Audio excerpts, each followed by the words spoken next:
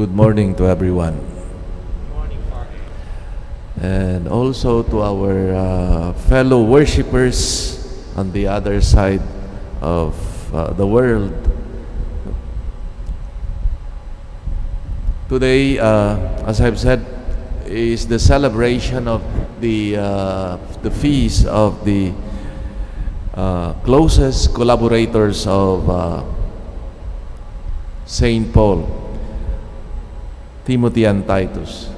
I do not know if you have noticed that in our celebrations in the church, they usually, what comes after the main figure would be the secondary figures. Christmas, for example, Jesus Christ and his birthday. The next would be the supporting roles of Feast of Saint Stephen, Saint John, the Holy Innocent, etc. Same here, after the celebration of the main figure, character, Saint Paul, comes the celebration of the feast of his closest collaborators. The church wants us to realize in this arrangement that what unites them as together with their main character, for example, Saint Paul, is a worthy theme to develop also in the reflection and the close connection of their mission.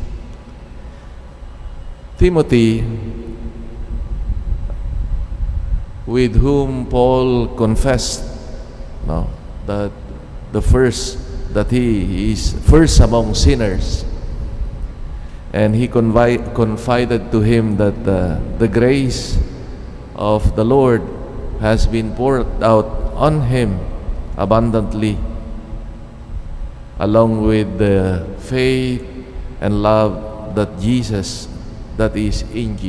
are in Jesus, and was a favorite disciple of the Apostle Paul. Perhaps Timothy, according to scholars of the Bible, that he was converted by Paul himself during his first missionary journey. He was a son of a pagan father and a Jewish mother. And the community of Lystra recommended Timothy to Paul, and he took him as a companion in his second and third missionary journeys. But because his mother was Jewish, in order to facilitate his apostolate among the Jews, Paul had asked Timothy to be circumcised, and Paul made him in charge of various positions in varied circumstances. The communities of Thessalonica, Macedonia, and Corinth. The Apostle Paul addressed to him at least 2 letters incorporated in the New Testament canon. And Timothy was with Paul during his first imprisonment. Then we find him in Ephesus also, exercising the office of bishop, meaning the overseer, the community leader. Paul imprisoned for the second time, he requested him to accompany him in there. Titus, on the other hand, the other collaborator of Paul, was of pagan origin. It seems that also Paul converted him to Christ during his first missionary journey. Titus accompanied Paul and Barnabas to Jerusalem, where Paul was strongly opposed by those who wanted Titus to be circumcised, being of Gentile origin. And Titus became intermediary between the community of Corinth and the Apostle Paul. In the letter which Paul addressed to him, it appears that he was a resident of Crete, part of Greece now. And Paul wrote him requesting him to meet a certain Nicopolis in Epirus. Probably from that place, Paul sent him to Dalmatia, where he is very much venerated. The memory of Paul and Timothy and Titus follow precisely the scheme of our celebrations, to connect them and their work and their mission. They are connected with Paul, precisely being their teacher and father, and united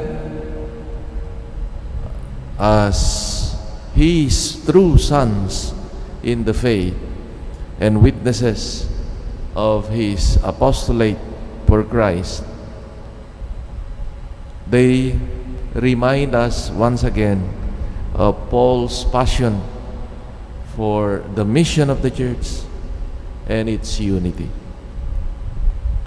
One of the things that we can learn from the life and the relationship with Paul is that of a harmonious working together for the faith. There seems to be no rivalry. They considered Paul as a father who instructed them, who formed them, and they worked together supporting the mission of Paul. At times, communities, Christian communities, our communities, is beset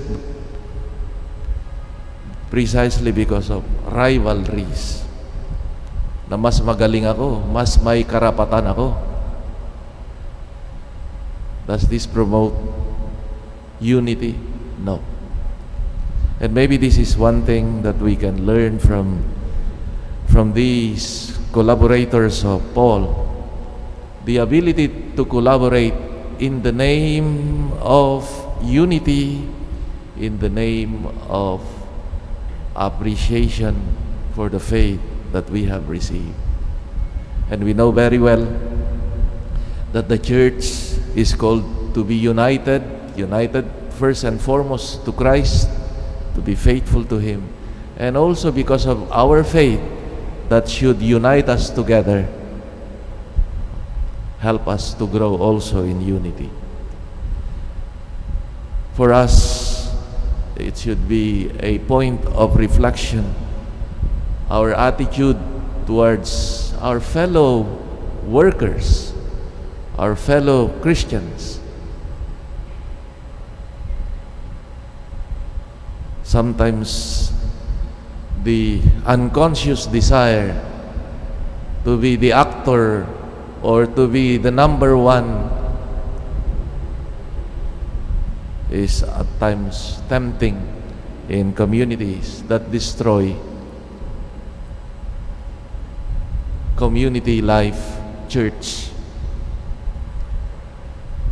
So let it be a reminder for all of us to grow in the spirit of collaboration, spirit of communion.